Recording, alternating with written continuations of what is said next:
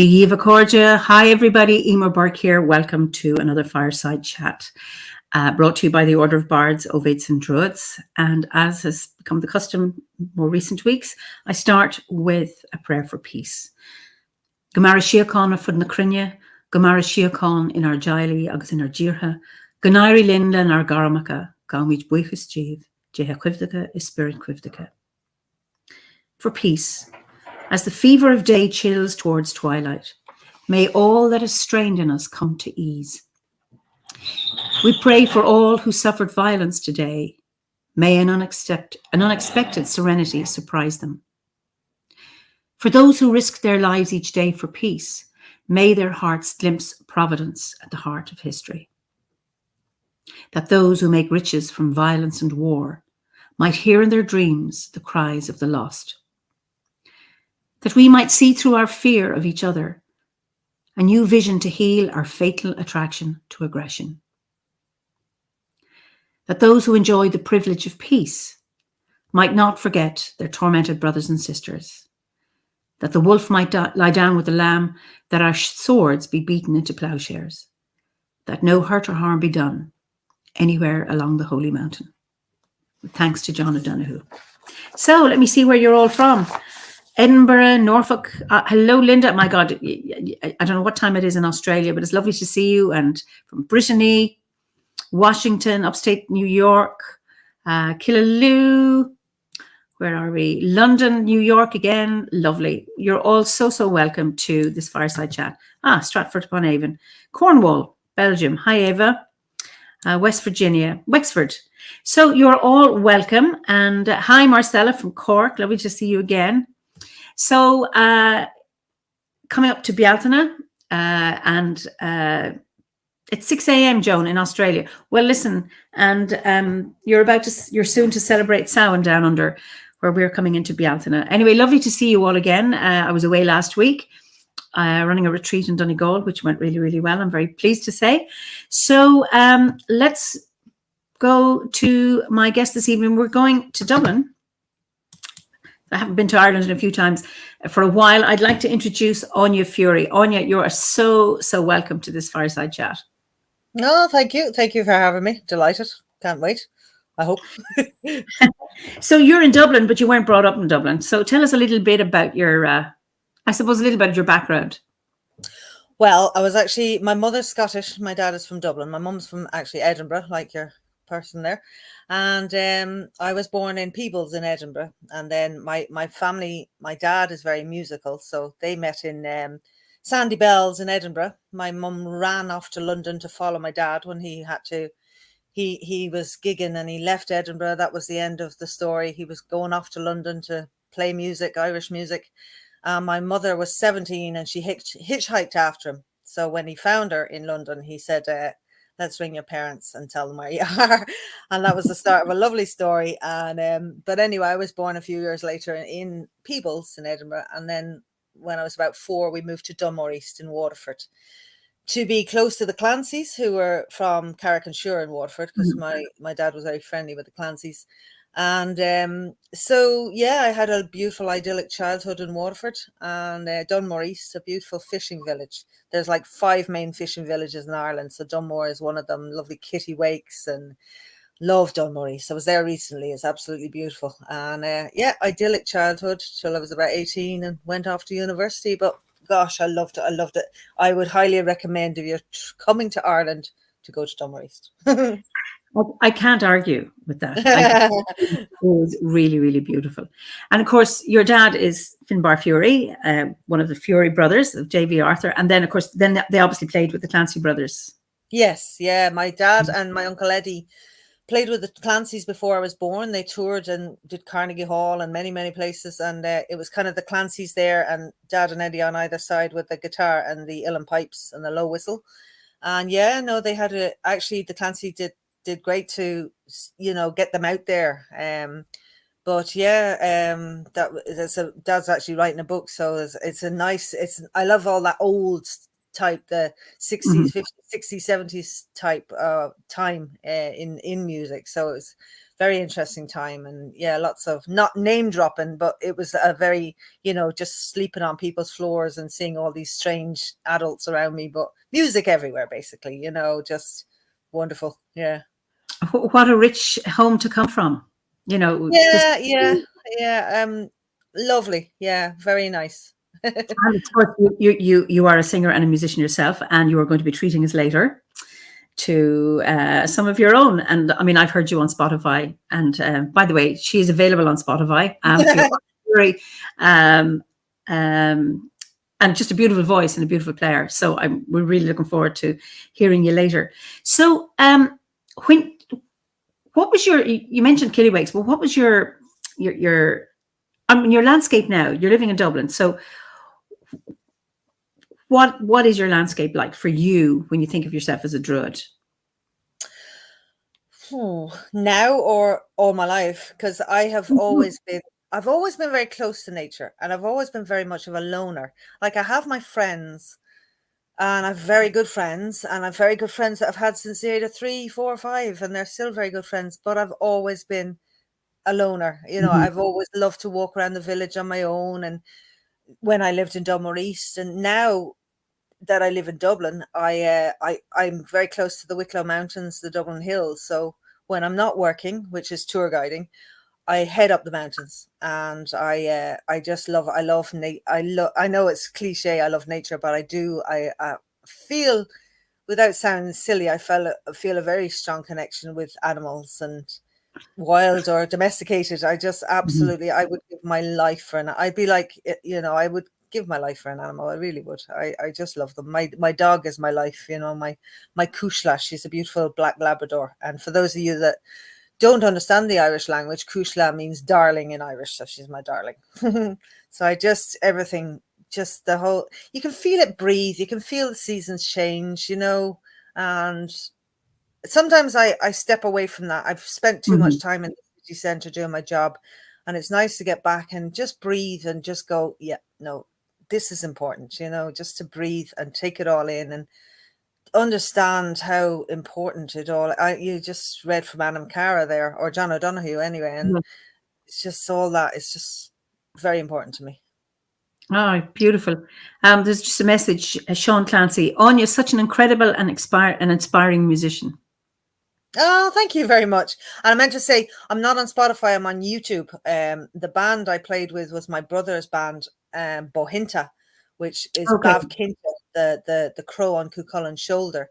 But it's Bohinta. And I have solo albums as well, but I personally prefer the Bohinta stuff than my solo stuff. But yeah, it's more YouTube. I was too old I left the band before all Spotify was set up and everything. But my brother is on you. I have two brothers, Martin and Finbar, that play music, young Finn Furey, and they're both on Spotify. And your dad's on Spotify, because aren't you singing with him? Oh, yes. Oh, yeah, you're right. Sorry. Yes. I did hear you. I forgot about that. Okay. So, so you're a tour guide, and Dublin is your specialty subject. Are there places in Dublin that you find magical? I mean, I know there's the historical interest.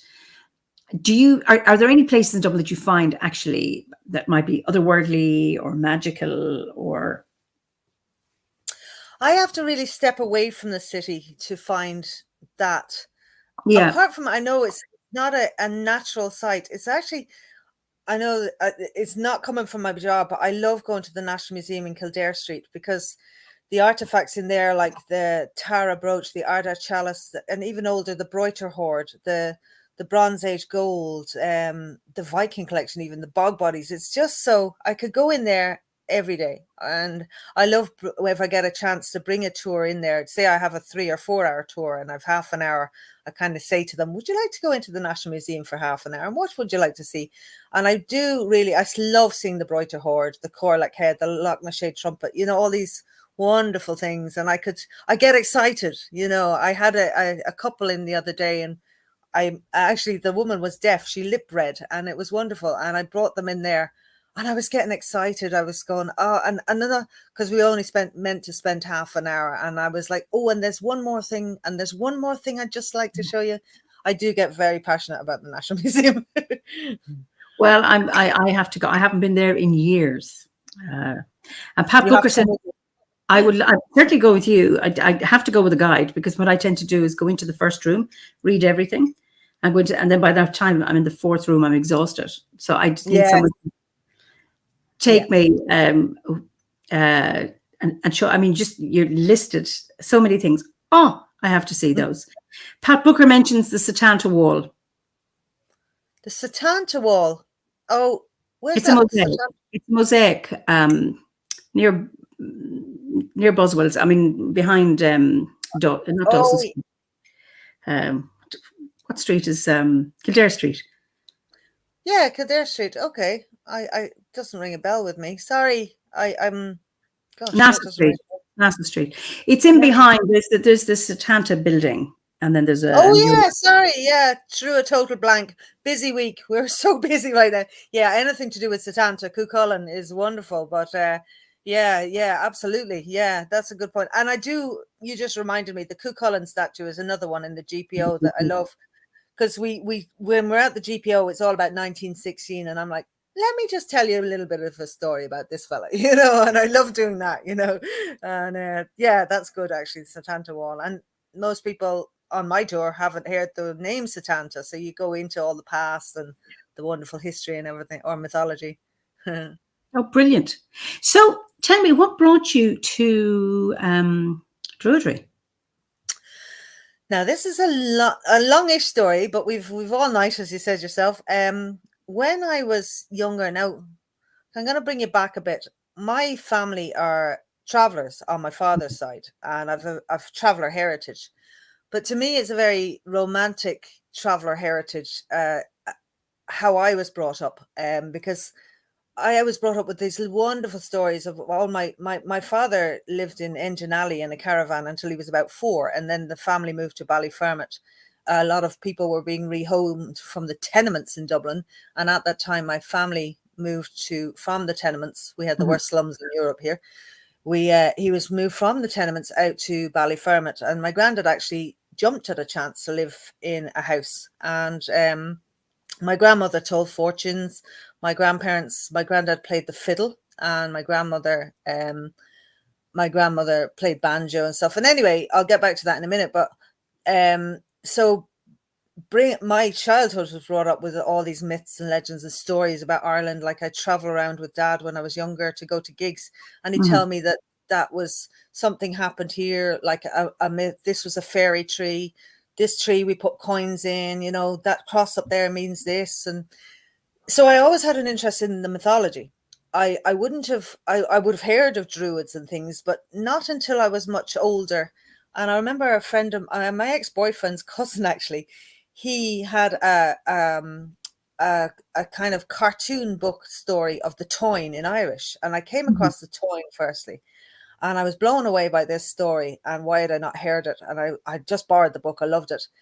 And I was in Dublin. I was about 16 with a friend of mine, Lisa, and there was an old cafe called the Colony off Grafton Street, where we used to go for hot chocolate, as you do as a teenager.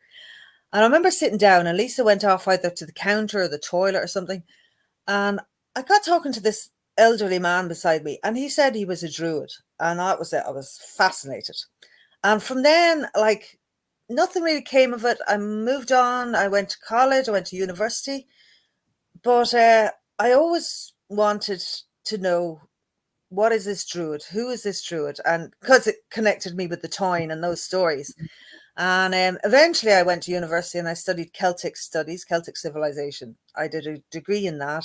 So I learned lots about the druids and all that came after, and Celtic studies and everything. So fascinated with that. I'll brag that I got a first in that. So I was very delighted.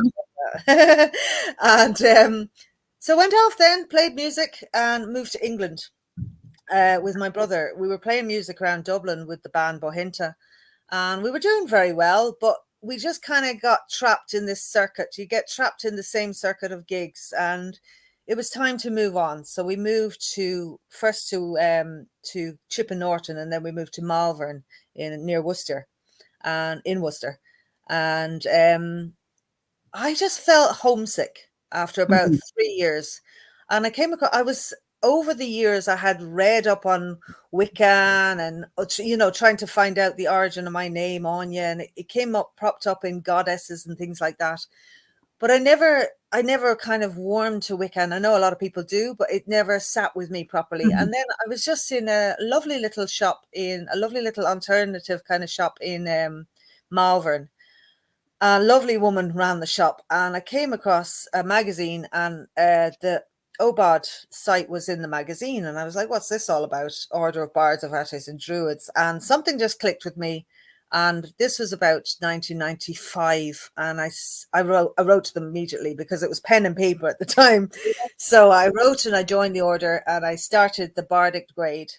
From there, Avate, from there, Druid. And I actually, I remember, who was the person, McCabe, Matt McCabe was my tutor in the Bardic grade, and he was wonderful, and he was so enthusiastic and just wonderful. And from there, I loved it. And to cut, without going through the whole course of Druid, I really loved it. I absolutely dived into it, and it was all pen and paper, as I said. But by the time I got to the Druid grade, I was starting to get itchy feet. So it must have been a bit later. So I moved back to Ireland in 2000. I got homesick. I'd done 9 years of music, and it was time to come home. And when I moved to Ireland, I had about 2 grades left with the Druid grade, and I finished purposely walking up the mountains and finished my Druid grade with my guers, and up on the top of a mountain, on the top of a cairn. And it just felt, and I had a little candle with me just to celebrate myself, and it all just fitted in nicely. And I find with sometimes I'm very bad for kind of leaving things aside for a bit. And I find when I need to get in touch with OBOD, it's there, and it's perfect timing. And it always seems to be perfect timing. Like, I'm looking at my necklace, my Owen necklace, hanging up there beside my lovely gypsy necklace and my things I have on the wall. But it just always seems I drift off for a bit, and then I go, no, I need to get in touch. Like, I might visit Touchstone magazine or things like that, but it's just always there. And it means a lot to me, really, to be part of all this. Oh, brilliant. Brilliant. And do you have a grove in Dublin, or are you a member of a seed group, or are you a solitary? No, I'm such a solitary person. I've never actually, I'm so bad. I've never been to any ceremonies or anything. I've done all the ceremonies in my room or up the mountains or in the woods, but always on my own. I'm sorry, guys. And anyone can get in touch with me. I'm very vocal. I'm very, I can chat away to people, but then I run away and I be on my own. Oh, brilliant. So, so one question I sometimes ask is, is Druidry something you do or something you are? Personally, I think it's something you are. To me. But something you do, well, it was never something I did until I came across OBOD. It was something I wanted to be. And I think from reading it in Celtic studies, it was something like, it was 5 years of this and 5 years of that and 4 years of this. And like with I would say Philly rather than Ovate. That's what I always learned, the poet. The poet's here. Yeah. And just reading all that, and I was just like, it just seemed incredible how it was something I would never achieve. It seems to me, although I've completed the Druid grade, I think there's always something to learn. There's always room for learning. So to me, it's a journey. It's a path. There's no end to Druidry, I think. You're not just a Druid. I'm not. You might be, or other people might feel, and that is fine. But personally, my journey is like, just keep going, Yeah, that's absolutely. It's a path. It's not a destination. And I absolutely agree with you. There's always more and more and more because if we've stopped learning, it's time to check out, isn't it? Because Yeah. it's that this is the beauty that life. But Blake says, if we ever think we're done learning, boy, then we've really done ourselves in. I agree with you that there's always something else to learn, and to even revisit something again and again and again. And you find out something, discover some hidden gem that you hadn't noticed before because of what you're bringing. So each time you bring yourself, you're bringing a different you to maybe what seems to be the same thing. Yeah. Like reading a poem or reading a text. You can read it many times, but each time you get something different from it. It's the same with ritual. Yeah. Singing a song, doing a guided tour. It's always a different journey. Yeah, absolutely. And the people you meet along the way. Yeah. So you and then Stephanie says, this is why I love these fireside chats. You learn something new every single week. Well, I think so, because of the amazing guests that I have here. That just I'm always fascinated what people have to say. So when you think of Druidry, and you're something you are, how has Druidry supported you in your life? Well, I've been unwell without going into details, because I don't want to go into details about being unwell. But it's very much supported me in sickness, as well as times of sadness, and as well as times of happiness. Like I remember when I moved back from England, this might sound very peculiar, but I remember walking up, stepping into the Wicklow Mountains, going for a walk, and I felt like the earth breathed under my feet, and just things like that. And it was like, okay, you're home, finally, because I couldn't wait to get home. I loved England. I loved my journey there. It was 9 years or so, but I was so lonely, and it was just, I just felt this was, that I was just delighted to be back, and it just felt like the earth went like that, and that is, to me, part of it anyway. So when you say it supported you, what was it about Druidry? What particularly supported you when you say like you were ill? What was it that supported you? So say if I get really bad nightmares, horrific nightmares, and not lately. I've got all on top of all that, but for many years I got absolutely horrific nightmares, and to a point that I would have to get up and read or whatever, just to change my thoughts and before I could go back to bed. And I would often go straight to my Owen necklace on the wall, or just go onto the OBOD site or something, listen to meditations and things like that, but read a Celtic book, just find something that would ground me, rather than something modern. Well, it can be modern, I suppose, nowadays, but personally, I would go to something that I know that grounds me, and that very much grounds me, and it's my safe place, if you get me, definitely. Well, Beth Amos, me too, on the nightmare front, absolutely. So I mean, you're getting people who are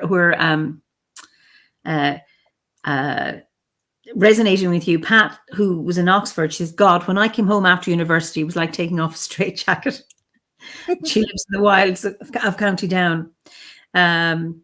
And then others are talking about learning, resting and learning, letting learning settle, somebody says marinating your learning, and there's lots of response. The comments are a little bit behind our conversation. And Socrates said, one thing I've learned nothing. Lovely. I love it. Yeah. And one favorite of mine is Michelangelo said when he was 87, ancora imparo, I'm still learning. And I think that's lovely. 87, that you're still learning. So so do you have a particular practice that grounds you? Or you mentioned, do you have a daily practice? No, not as such, not a routine meditation or practice as such. I'm just always very conscious. I always make a point of being very conscious of, once I walk out the door, or even before I even leave the house, of just, to me, like Druidry to me is nature. It is what is outside the door. It's just like that tree I'm looking at there, the bird that lands on the window. It's just everything to me, without sounding you know, everything is a sign. I don't want to go in that direction. I don't mean it like that, but it's just everything grounds me, and everything is part of my daily routine, my daily grounding to just everything. It could be a child laughing, and it might be just wake me up from going off into the little head and not thinking. I think it's good to always ground yourself and think about this place we're on and this planet we're destroying, and which will get me very upset. But you know what's going on, and it's always good to ground yourself and just be aware of everything, really, as much as possible. Oh, absolutely. This just going back to the learning bit. Pat says there was a famous blues player asked why he was still practicing in his 90s. He said, because I think I'm starting to make progress. I do often say the Druid prayer, like we swear by peace and love to stand heart to heart and hand in hand. I say that a lot when I'm, especially if I am in the middle of a nightmare, and I find myself saying it when I'm still asleep, and I'm like saying it to wake myself up and things like that, because it's my safe place. And those things are, you know, the ones that I've learned by heart from the Guers and stuff like that. I will find myself saying them without thinking, you know, and things like that. So that brings me back to grounding myself again, you know, and things like that. Beautiful. Do you ever weave in, say, traveller prayers? I had a guest, another member, Owen the Vardoon. He was one of my earlier guests, and he's always, you know, if he's writing to me, he'll have some kind of, it'll be a traveller blessing in Gammon or whatever it is. Do you ever weave in traveller prayers, or did your dad teach you any? Or not so much. The whole traveller culture, what I was taught, but no, we were never really, I wouldn't say religious, but we're no religion. My family, we were brought up with no religion, but so we were never really taught prayers. It was just a way of life, really, with us. But I'm actually trying to learn cant or gammon or shelter. I went up to the folklore department in UCD a couple of weeks ago, and there was a lovely man by the name of Master Green, or Pádraig McGraina, and he lived to be about 107. And he recorded travellers, their folk tales, their language. And at first, when he approached the community to try to record the language, a lot of travellers kind of went, "Oh, we don't want settled people learning our language because this is our language." But finally, he set up schools for the travellers. He was a wonderful man, and most people in the traveller community know of him as Master Green. So I went along to the folklore archives, and anyone can go to the folklore archives in UCD. You just have to ring ahead, ask them, can you come in at a certain time? And you can absolutely spend a day in there. It's absolutely wonderful. The archives and they're a little section of UCD way off in the corner, so you don't get disturbed. And you go into your little room, and you can learn all you want. And I got this as much as I can that Master Green, Pádraig McGraina, had written about Shelta, and the lovely secretary there, Alba, she photocopied all the stuff for me. And so I'm making a point of trying to learn all these gammon or cant or shelter, the different names for the language. I'll be corrected on that, because I don't know which one we use, and there's differences between the different names for the languages. But correct me, please, because but I know it as cant and cant. And so I have sentences and my words here. And there's words and sentences that I was brought up with, like bjor and sham, which is woman and man, and fiend is man, and all these things that I would say, like a lush, which is a drink, and the shades or the police and all this. And these are things that I've heard Dad saying, and they just roll off my tongue. But I'd like to learn more. So that's a project I've given myself, and my cousin as well, who lives over in Coolock on the north side. We ring each other once a week, and we said we're going to test each other once a week on our cant, you know. So that's a little project, even though I don't know prayers as such. They're in there. There's lovely stories in the stuff I photocopied. So it's a project I'm working on. Well, Pat reminds me that we have a recording of the Druid's prayer in cant from Owen the Vardoon. Lovely. I want it. And Owen the Vardoon, if you're there, you probably might not be, but congratulations on the job. He's on every now and again, so he could be on tonight. Yeah. So yes. So I'll get it from Pat and send it to you. Brilliant. Thank you. I'd love that. So, Thank you. you mentioned your traveler heritage, and it's it seems to be very, very important to you. How do you honor the ancestors? Well, I always think the most important people in my life are the memories of my grandparents, both sides, not just my traveler grandparents, but I have them all around me here in my bedroom, or this is my bedroom, my other room. But over here, this is my granddad's bodhrán. He made this tuning bodhrán years ago. My granddad used to make instruments. Granddad Ted Furey. He's CDs as well. You'll find them on YouTube as well. And he was a wonderful fiddle player. And I'm going to show you a few things I just put beside me here. This was a box fiddle that he played. This is inlaid with mother of pearl, and it's got, let me put it back here, it's got EF. So his name is Ted Furey, but it was Edward Furey. Yeah. So that was the old box fiddles that the travellers would have played. That's the first time I've ever seen a box fiddle. I'd heard of a box fiddle, but I didn't know what does a box fiddle mean. Wow. That's the box fiddle there now, and the bottom is all inlaid as well with mother of pearl. So that's absolutely beautiful, and I treasure that. Where would that have been made? Where would that have been made, Áine? Oh, in Ballyfermot. Okay, so but do you know who made it? Like Grandad. Oh, he made it himself. Oh, wow. Oh, yeah. Grandad made the bodhrán and the fiddle. Yeah, he made instruments. And like his fiddle was his main instrument, but he taught all the Furey brothers to play the instruments they play, which would be uilleann pipes. My dad is all-around piping champion, and whistles and flutes and fiddles and bodhráns, and not so much guitar.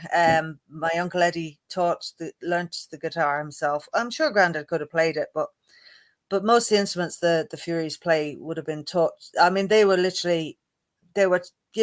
very disciplined in learning their music in Ballyfermot, because it was either that or, good luck, like this is going to be your living. And they were very disciplined. Grandad had them play music all day long in the house in Ballyfermot, and people that live there would have told you, they were always in there playing music all day long, And just this thing here, the original is in UCD Folklore, and it's a collection, a manuscript, the Furey music collection. And my granddad went around Ireland and literally collected music and hand wrote musical notes. Like Dad said, he would sit there by candlelight and write up this manuscript. And we had it for many years after Grandad passed away. But after I did a higher diploma in Irish folklore in 2003, and when I was getting my diploma, Dad decided he wanted to give it into the folklore archives because it would be looked after. And not only that, in the house here in Dublin, nobody could see it, but there, my granddad had specifically asked in the book that people would be able to use this book and learn from it. And so that's what we've done. And so you can go into the folklore archives and go and see the book and pull it out and have a good old read of it and everything. And it's a really wonderful collection. So like he literally traveled around, and every tune, it might tell you the 2 or 3 different names of a tune, and he'll say where he collected it. And wonderful, really nice. And he can read music, because a lot of traditional parents can't read music. So where did he learn to read it? He taught himself. Yeah. Wow.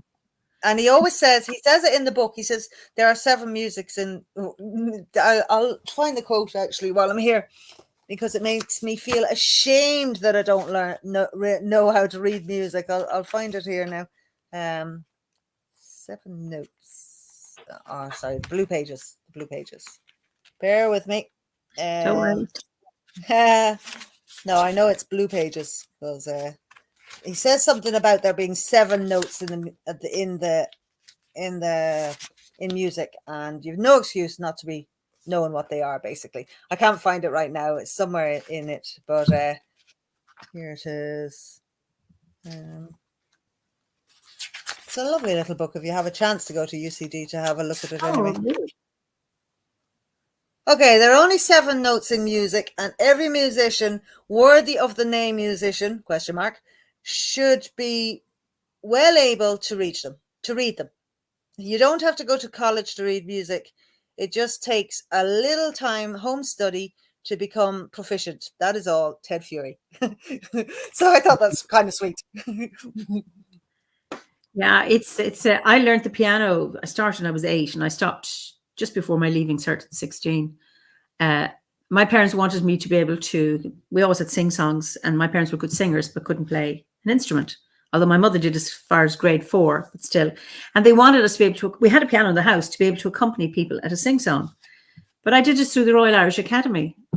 Wow. It's not about accompanying anybody. So it was classical music, 2 pieces every year, an exam. And I never learned to accompany anybody. So all that I have is an ability to read music. Yeah, but that's not nothing.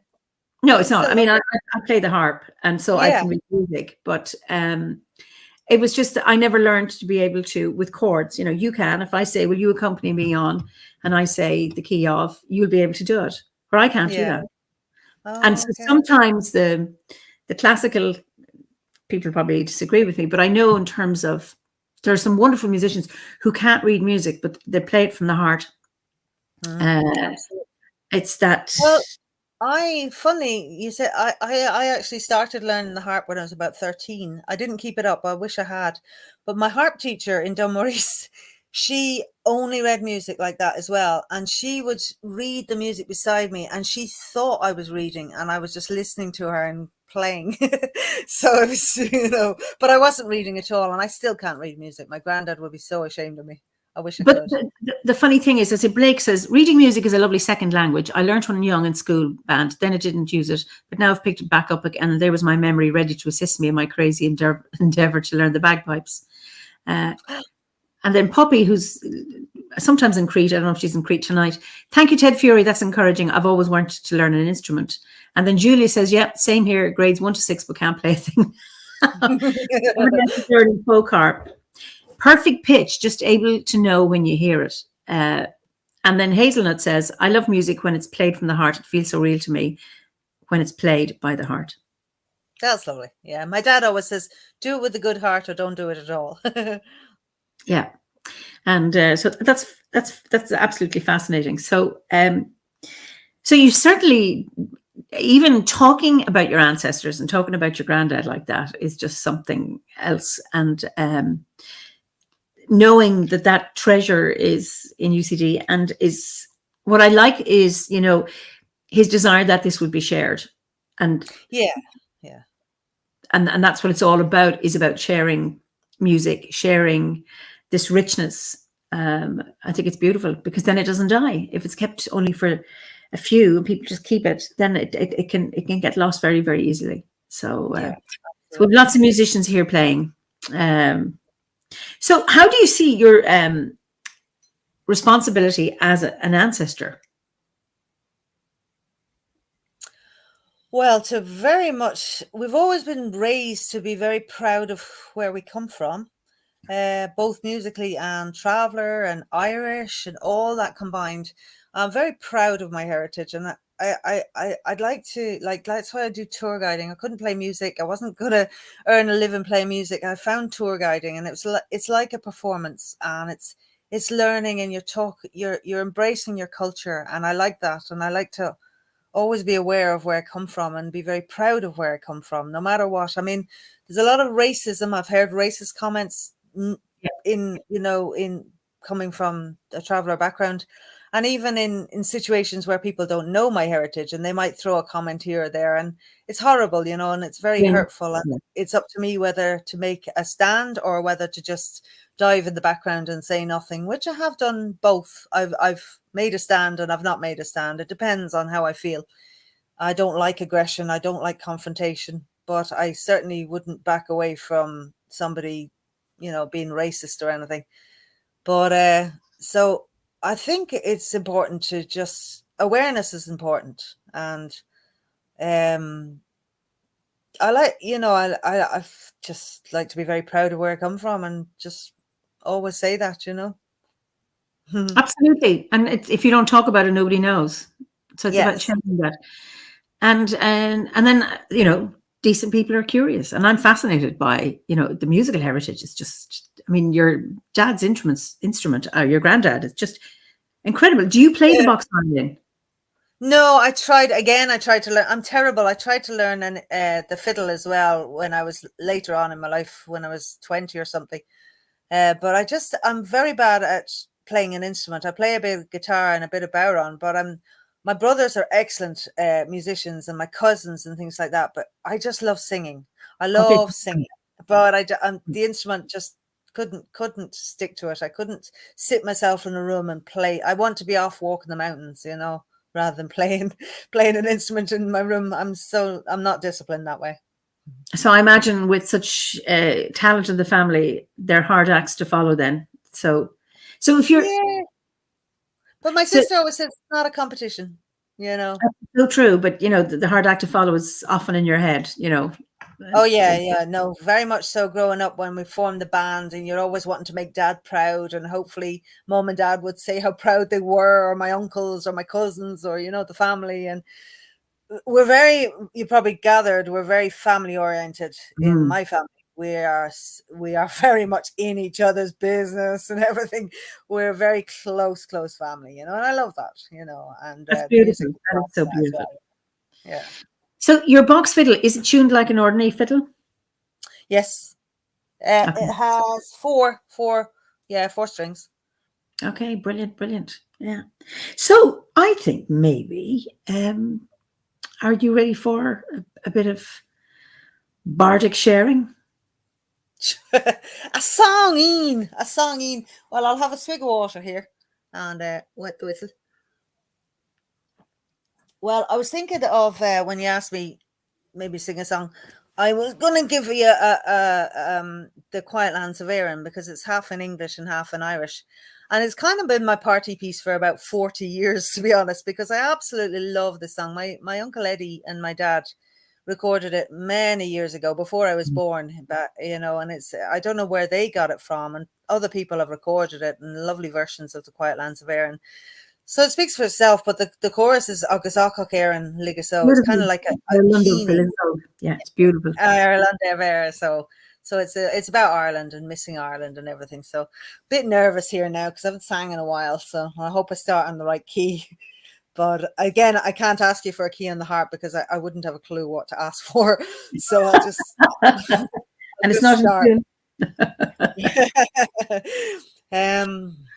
By myself I'd be in Articún, where the mountains reach the sea, and as I would let the Sundays go, 'neath the quiet lands above the sea, Agus Achach Éireann Ligasó, land of Eiraso, hear the quiet lands of Erin. Och, my heart lies weary all alone, and it sends a lonely cry to the land I see beyond my dreams, while those lonely Sundays pass me by. Agus Achach Éireann Ligasó, land of Eiraso, hear the quiet lands of Erin. And I would rather back the winding road, 'neath the bitter tasting winds. Oh, if the God above would let me lie, 'neath the quiet lands above the wind. Agus Achach Éireann Ligasó, land of Eiraso, hear the quiet lands of Erin. Today. Oh, well, beautiful. Go in our Fad, such a healing voice. Wow, beautiful voice. You must also be a good storyteller. Thank you. Just beautiful.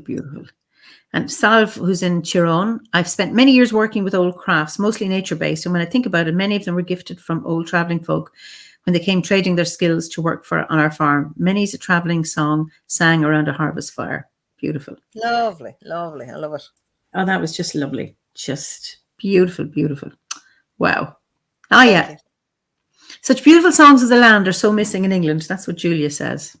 The Well, a heart lot of the Irish songs and English songs interchange, and like Rainerdine, Tamlin, and all these wonderful songs. I often sing a song and people say they've an English or a Scottish or a Welsh, or, well, maybe English and Scottish more so, but a lot of these songs interchange, and they've traveled, and people make them their own where they're from and things like that. But I'd say there's some nice land songs there. Look up Sandy Denny. Okay, brilliant. So maybe you'll have another song later on? Yeah, I'll have to put my thinking cap on now because I only thought of that one.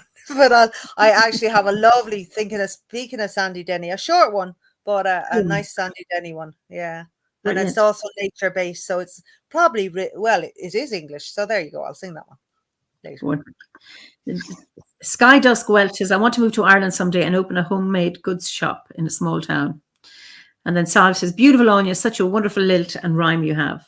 And then Garden says, more songs. So a big gig, a big session.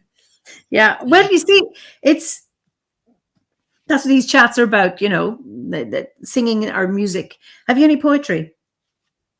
I used to write. I wrote one called Shades of Grey, Shades of Green, which I'm not the greatest of poets really, but that was about moving from the country to the city, and the Shades of Grey was the city and the Shades of Green was the country. Okay.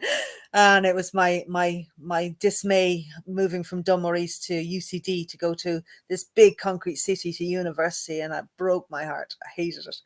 But that was the year I did English and philosophy, and then I discovered I could do Celtic studies in Cork, so ran down there and did Cork. A very different campus to UCD. Yeah. Loved UCC. I loved it. I absolutely loved my 3 years there. Yeah, absolutely. All the Ohm stones in the passageway in the main quad. Right, yeah. Oh, lovely, lovely. They're lovely. Yeah. So, what would you say has been your greatest achievement? The thing that you're most proud of in your life?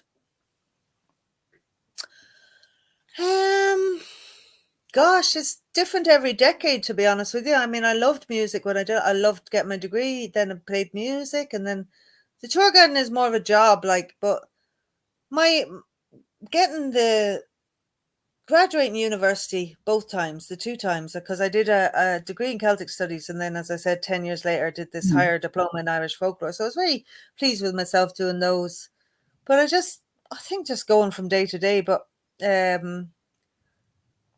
well, God, I don't have a greatest achievement yet, but I'm trying to work on my dad's book and trying to it is finished, but it just has to get the T's stroked and the I's dotted. And like my dad got an honorary doctorate of literature in UCD a month ago, and that was wonderful. Although that wasn't my greatest achievement, I'm so proud of him. You know, for all of us, that was a wonderful achievement. And I think that'll be the end of the book. That's not the end. The end, this book won't be released until my dad is dead and buried, God forbid, you know, but, you know, but those achievements are family achievements. And that to me has been the highlight of my life, Dad getting that, you know, because he came from nothing. And it's just to see him on that stage, you know, just brought a tear to my eye, you know, and that was wonderful. It's interesting your expression. He came from nothing, and yet, you know, you're describing your grandfather and the richness, of music that he fed into his sons, and that discipline. That ain't nothing, you know. Yeah, no, I do agree with you. And the woman, Dr. Barbara Ní Lynn, she was my lecturer in UCD folklore, and she actually did the citation for Dad in UCD, and it was wonderful. She actually summed up his life, and like that, absolutely rich beyond means. So yeah, no, I do agree with you. Yeah, absolutely. You know, you know, if you're looking at superficially, you know, socially, what's a successful person? Somebody with lots of money, or someone who has a life that's very well lived and richly lived, no matter how you live it. And I mean, I'm just looking at, you know, your grandfather making that box fiddle and the inlay and all of that. It's like, wow, you know, what talent, and he shared it, you know. He and shared it. self-taught in terms of his reading music. It's just Yeah, that's you hit the nail on the head. I mean, money has never been important to me, and I just love to keep going and just feel happy. And now everybody gets sad, everyone gets depressed, and oh, am I getting anywhere? Am I doing the right thing? yeah. But to be honest, I just like to be where I am. I'm very happy right now where I am. I'm quite happy with the journey I've taken with music and the heritage and all that that's important to me. And I've gone off track now and again, but it's nice to get back on track and just keep that focus, Salve says, I had the privilege of restoring the old cottage Dolores Kane grew up in near Castle Hackett. I often felt family's ancestral songs in her voice echoing around the walls. That's interesting because she comes from a tradition of... she's wonderful. Her aunts used to sing, and her aunts, and she's I love Dolores Keane. I wish we could see more of her. It's I think I don't want to go into Dolores Keane's story, but she's the best. She's absolutely the best. She's incredible. Yeah. Yeah, and you think of your own family and what you've all produced, and like it's third generation, and I don't know who taught your grandfather, but grandfather teaching your dad and yes, Eddie, and then the next your brothers just passing on. It's and the next generation, your niece. Do you have nieces and nephews? I do. I have a niece. She's 32 and she's in a samba band. She loves the samba. She teaches in a creche as well, and I have two nephews. One is 26. He's actually writing a book, and my other nephew is 4. So we don't know where he's going to end up. But he's he's very boisterous and very very much a fury. So we'll see what happens, where he ends up. My brother says he's going to be a doctor. He's definitely not going to be a musician or an actor or anything to do with that. Wonderful.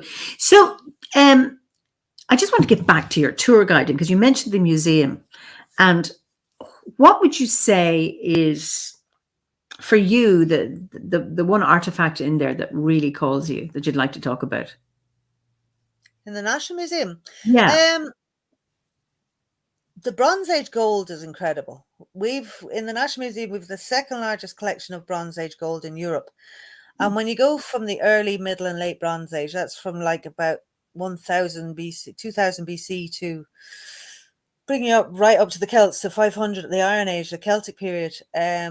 I love that. I mean, you start off with when they were panning for gold, and you've got your very thin lunala, the moon shape, half moon shapes on the necks, and you go into this section in which is between middle and late Bronze Age, and there's these torques, and torque is a twisted piece of gold. So you've got this X shape of gold that's been twisted, but these torques are so big, we don't know which also fascinates me about this exhibition is nobody knows how any of these artifacts were worn, because they weren't ever found on bodies. They were found in watery places where you'd give offerings to gods and things like that. And these big torques in the middle to late Bronze Age period were found at Tara, the high seat of kings in Ireland. And we always say, how do you think they were worn? And the conclusion is that they were possibly worn around horses, because horses were used at the inauguration ceremony of a king at Tara. And there's also been horse bones found at Tara with knife blades in them, because they used to sacrifice a horse and eat the flesh of the horse and drink the blood of the horse. It was part of the inauguration ceremony. So it is believed that these big torques with the X shape were worn around the necks of horses. Now, other people say maybe worn around the waists of druids as belts. We don't know. But I'm always drawn to that exhibition. And then after that, you have the gorgets and the ear spools, the lock rings, which are incredible, which are thin threads of gold that have all been soldered together, possibly worn in the hair. And This is just, all of it is so unknown. There's the bulla, the gold bulla. We don't know what there is. It looks like it's a fertility symbol. It's often on the leaving certificate examination. So it looks like a fertility symbol, but we don't know. They're kind of lead pieces that are covered in gold, and we think they might have been like good luck charms, talismans brought into battle or whatever. We don't know. you know, and it's all we don't know. We don't know. And I always say on a tour, what do you think it is? And I love that Bronze Age gold is fascinating. You know, that's what I'm drawn to. Wow. This is just something else. And then you mentioned the bog bodies. How many are there? I'm from the bog, so I'm interested. I've never seen them. There are 4 in Dublin, and there are 2 that were older. They're not very well preserved, but we found 2 in 2003, and they're named after the bogs they're found in, like Gallaman, Barronstown, Westman. They're the older ones, but Cloneycavan and Old Crokenman were found in 2003, separate bogs. They were found on boundary markers of territories. That's the one thing. All the exhibition of the bog bodies is called Kingship and Sacrifice. All the artifacts found in that exhibition, which are swords and gold and cauldrons, wood, cloaks, all these things were found on boundaries of territories. They weren't found just randomly in the bogs. And there's a big map showing exactly where they were found. But because they found these 2 bodies in 2003, and the National Geographic have actually done a video about these bog bodies, which is very interesting. But because they found them in 2003, they believe they were kings or nobility. So Cloneycavan man, for instance, he was chopped in half by accident by a turf cutter in the bog. Okay. And he has this resin in his hair that comes from, he has this Celtic hairstyle. It's a little Celtic bun on his head. The resin comes from France or Spain. So they believe that points that he was nobility. Mm-hmm. He was killed by an axe blow to the head. So that wasn't very nice, but that kind of points to nobility. But if you look up this picture online of Old Crokenman, an Old Crokenman was about 26. He was found between 2 and 400 BC, or dated to 2 to 400 BC. But he was chopped in half. His head was cut off. His arms were bound behind his back using hazel rods, because that was to protect them from the gods. And he was stabbed in the chest. That's how he died. And his hands, his hand here is so perfect that when they found that bog body, you could fingerprint the hands in 2003. So they said that he was 26 and he was raised to be sacrificed to the land because his hands show that he never worked a day in his life. So that's why the exhibition is now called Kingship and Sacrifice. So all around Europe, you have Lindau man and Eid girl and this wonderful girl, and Tolland man in Britain. And Tolland man is Europe, but Lindau man is in Britain. And all these bog bodies, for many years, they believed they were maybe just randomly walking across the bog, or they had a fight, but now they believe they were ritually sacrificed. It's still under investigation, but that's the conclusion they've come to in Dublin. So it's a unique exhibition. Highly recommend you go to, and it is Celtic kind of times.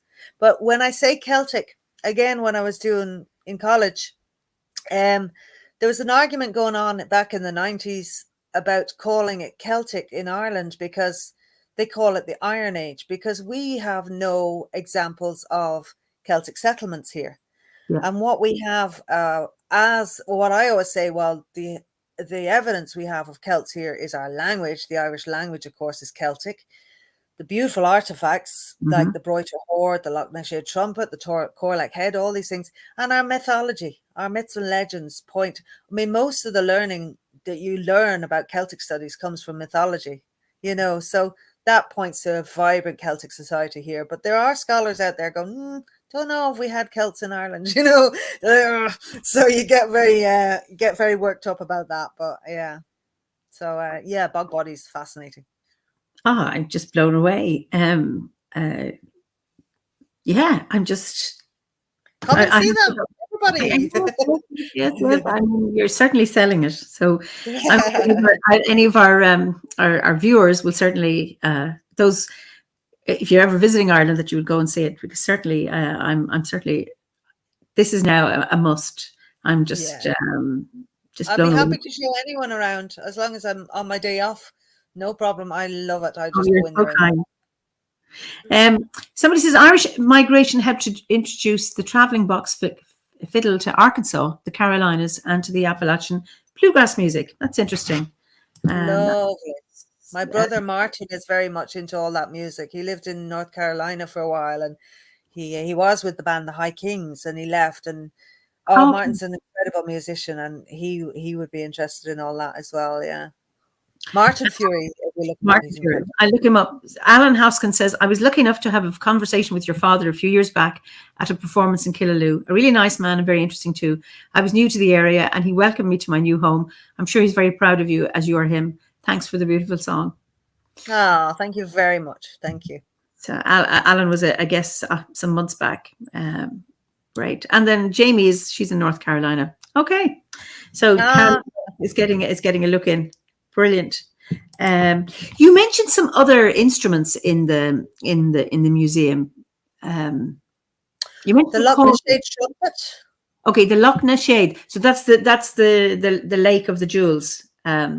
Yes, it's in Armagh, and it's got this beautiful. It's like this. It's like a U shape, but it's huge, and how you play it is you twist it into an S shape, and it was believed to be played when warriors were going into battle. Maybe it was played rested on the ground. It's extremely hard to play, but there's a man called Simon O'Dwyer who's actually also from Dunmore East, and he has done a CD of playing a replica trumpet, Loch Ness Shade, but also there are in the Celtic, the war instruments. When you just approach the Iron Age in the National Museum before going into the Treasury, there's these war horns. Well, they believe they were played in battle because they were found with swords and shields and things like that. They're extremely hard to play, and Simon O'Dwyer does replicas of these on his CD as well, the blowhorns, the war horns. And seemingly a man back in the 1800s burst a blood vessel trying to play one and died. So they're really hard to play. And it's believed they were played. So they are Ireland's oldest instrument that we have. So, Simon O'Dwyer is he's done different programs with RTE and stuff about like sitting in a currach and all these kind of, reenacting all these kind of things. But the instruments are very good with Simon, yeah. And Loch Ness Shade, that's near Armagh. Okay. Navan Fort in Armagh. Yeah. Fast. Yeah, well, that all makes sense. Pat says from the pools of the King's Stables near Navan Fort. Yeah. Okay. Perfect. Thank you. The question: are they like cornixes, played upright with a tongue that flapped when you blew it? I don't know. I don't know if there's a tongue in it. I haven't seen that, but it's played from the top. The blowhorns are played from the side, but the Loch Ness Shade, so you play it from the top and it's twisted in an S, and the bottom of it sits on the ground, and the main hole at the bottom of the trumpet is at the bottom, and it's all decorated. But personally, I haven't been with Simon when he's playing the replica, so I couldn't answer that. I'm not quite sure. Wow, fascinating. Absolutely. Ooh. And you mentioned a cauldron, yes? There's a wonderful cauldron in the Broiter Hoard collection, which is gold. There are a number of cauldrons in the National Museum. So when I'm talking about the Broiter Hoard, if you look up the Broiter Hoard, there are 2 chains that were found inside a lovely Latin style buffer torque, which is like the very much European torques that you find. Again, beautiful Latin art style. And there's a cauldron there, and there's a Broiter. The Broiter boat is the earliest example we have of a perfect sailing vessel. If it was 15 meters, it would be a perfect sailing vessel. So it's only tiny. I'm fascinated by this collection. Actually, when the farmer found it two farmers found it on the bank of Lough Foyle, and it's believed to have been an offering to Manannán Mac Lir, the god of the sea. And when they brought the boat in, and one of the wives was washing the mud off the boat, she lost 2 oars down the sink. But there are about 10 other oars. So 2 oars got lost down the sink. But the cauldron then, when I'm talking about the cauldron, I don't know how true it is, but I always talk about the Dagdas cauldron, the hospitality, the idea that with Celts, if you had someone knock on the door, you would feed them and let them rest, and then you'd ask them their business, and all about hospitality and things like that. So there's also there used to be a replica of the Gunderstrup cauldron there. It's gone somewhere now, but they just have a picture on the wall of the famous Gunderstrup cauldron from Denmark, which shows the Dagda dipping warriors into the cauldron of rebirth and them getting reborn and marching on. So that's a wonderful collection as well, yeah. But you have to kind of hunt for those cauldrons. They're dotted all around the museum. Oh, okay. And any Sheelin gigs on display? There is one upstairs, as far as I know. I can't remember. There used to be one. The upstairs is partially closed now. But there's one in Glendalough. Did you know that? No, I didn't. There's a chapel that not many people go to. When you go to Glendalough, the Glendalough is a monastery. It means Glandalough, the Valley of the Two Lakes. So it's a monastery in Wicklow in Ireland. And it's an old monastery started up as a retreat for a saint called St. Kevin. And St. Kevin was known because he used to stand like this with his arms stretched out in prayer for so long that a blackbird rested in his hand and laid an egg. So anyway, when you go to Glendalough, instead of taking a right to the main monastery, you take a left and you go down to St. Saviour's Church down in the woods. And not many people go to that. And I think there's a Sheila and a gig down there. Yeah. Oh, I didn't know that. Yeah. Wow. Because they've been taken to there's two in Feathered near where I live in Tipperary. One on the Augustinian Abbey wall and one on the castle wall. Fantastic. So many have been taken, and I know they are in the museum, but where they are, maybe. I'm sure they're up in the medieval section. A lot of the stone artifacts are up there. I'll have a look next time I'm in town. I'll make a mission of doing that, and I'll let you know. Great, that's lovely. So, are you ready for another song? Oh yeah, sure. Let me see. What was I going to sing now? I have to think. Okay, this is a song Sandy Denny used to sing acoustically, actually. Then she used to go into another song, which I actually sang on my album. So I won't go into the second song, but they're both very nature-based. But this one resonates with me, the words, the lyrics. I do very much like this song. So I'll give it a go. It's very short. So it's just, winter winds, they do blow cold. The time of year it is chosen. Now the frost and fire, and now the sea is frozen. He who sleeps, he does not see the coming of the seasons, the flowing of a dream without a time to reason. Once she walked through evil on the paths of broken illusion. Carefully now she lives, for she has mended her confusion. That's it, Sinead. Oh, Simple. beautiful. Absolutely beautiful. Lovely. Wonderful. So, what's the most reckless thing you've ever done? Oh my God. Sane or insane? No, God, the most reckless thing I've ever done.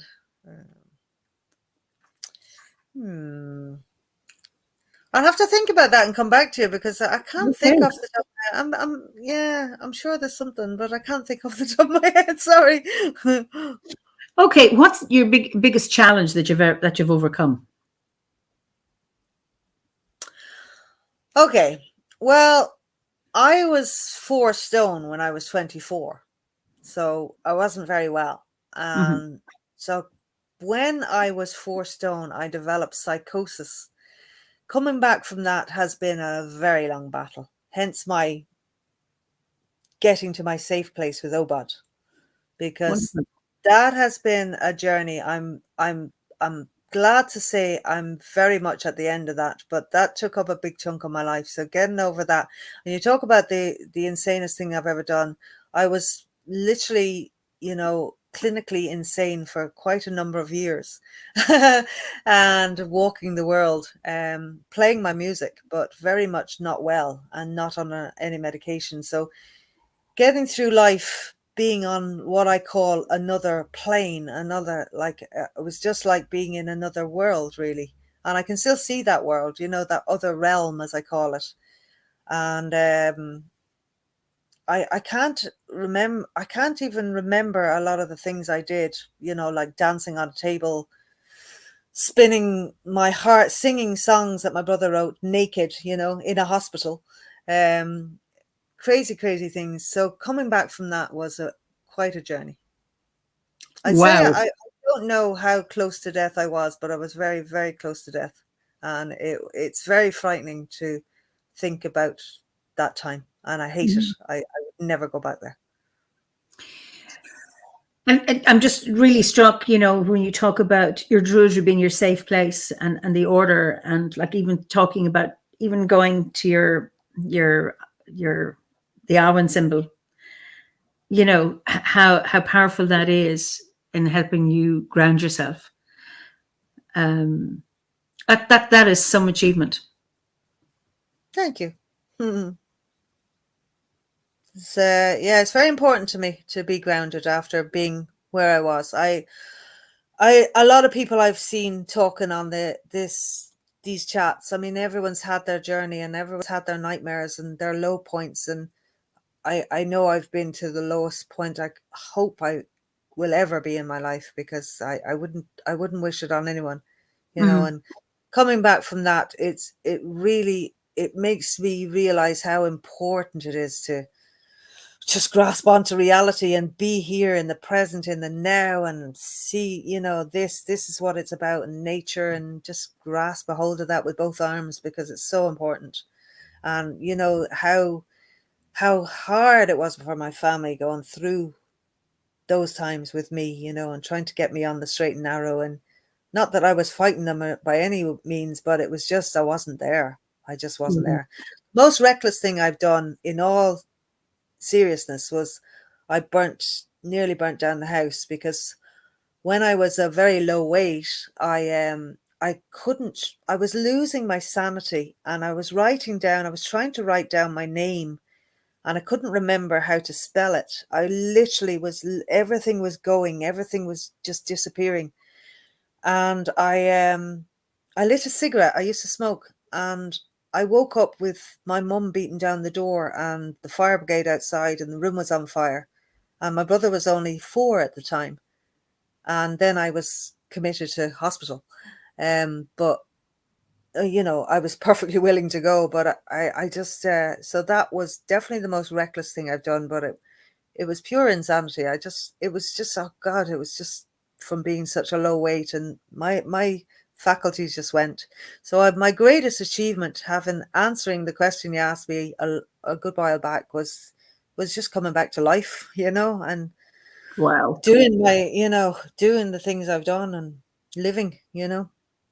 Sean says, wow, such strength and power in life. Absolutely.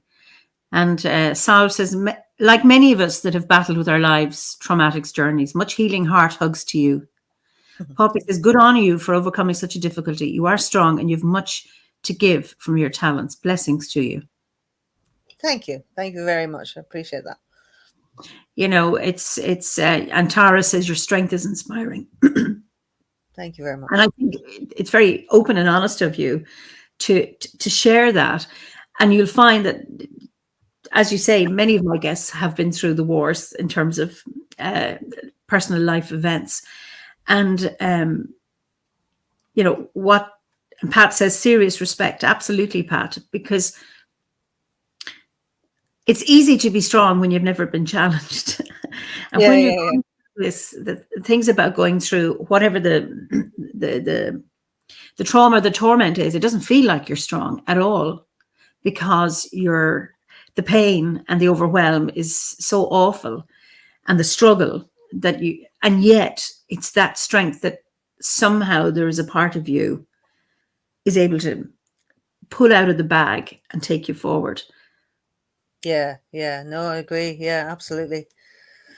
Yeah, Ruth Ann says your authenticity is very inspiring. Thank you. Thank you for the share. May your trauma become your greatest strength.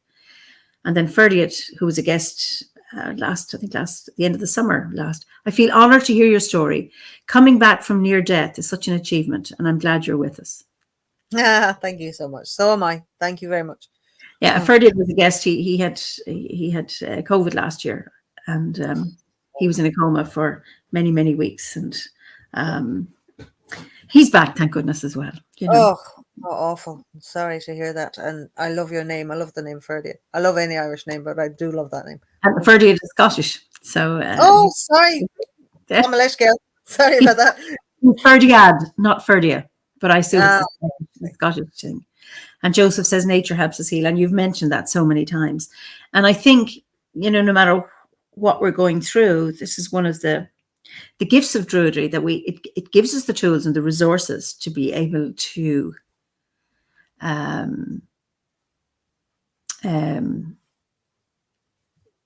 meet with life and engage with it and come through the struggles. Yes, and definitely appreciate life. I certainly do appreciate life. I sometimes, as I said, you get your down days and everything, but gosh, it's so good to appreciate life and just everything there is. I get very depressed at springtime because spring is one of my favorite times of the year, and I'm vegetarian / vegan most of my life since I was 13, and I love seeing the lambs, and then I think, God, they're all going to be slaughtered. I know that's such a depressing thing to say, but those things in nature really break my heart. Those life things, that this is just part of who we are, and breaks my heart to see the lambs and hope to goodness. I actually saved a lamb on Easter Sunday, so a lamb that was caught in a fence. So that I did my good deed. I saved a lamb. Oh, very good. I thought you'd taken them off the dinner table. No, that's no. My folks had lamb for dinner. I threatened to feed the foxes with it, but I didn't follow through. Yes, I've been looking in Donegal, just traveling up, just seeing just the beautiful little lambs in the fields with their mothers. Beautiful. Yeah. And Alan Hoskins says, "With you on the lambs spring thing." Okay. Thank you. Yay. You're not alone. You're not alone. So what you're grateful for? I'm grateful for this has become cliche now, but I'm grateful for my family, obviously, and all this, but God, I'm just grateful for where I am right now, I suppose. After I was just thinking earlier before I came on to you here that actually my whole of my 20s disappeared, and I'd love to have experienced that like most people do. This is such a time in your life to enjoy and experience and meet friends, and it's just a lot of it is a blank or a haze, or it was a time when I should have been learning and progressing, and that's a regret rather than what you were asking. But yeah, right now I just cherish being here, and just I'm 51, 52, but I'm just grasping everything. Like I was telling to you just before, I'm actually going to start a course in September to December to learn to get this badge that you need for tour guiding, which I never actually got in the last 20 years. I never bothered doing it. So I'm going to set myself to study and get this tour guide badge, and just grateful where I am right now, and just hopefully just keep going. Just keep going. Well, if this is any consolation to you, Pat says, almost all my big cringe memories come from my 20s. They can be a drag. And I don't have any cringe so much from mine, but I'd never want to go back to my 20s. But the thing is, it's that when I look at my daughter, she's 20, and I think she's having a great time. And I didn't like who I was when I was in my 20s. And yeah, me neither. I had some interesting experiences. I was in Africa. I did my psychology. But the me on the inside, I prefer who I am now. So yeah, I definitely like who I am now. I like to say that. I like who I am now. And I didn't like who I was there. I didn't like who I was then. So yeah, maybe.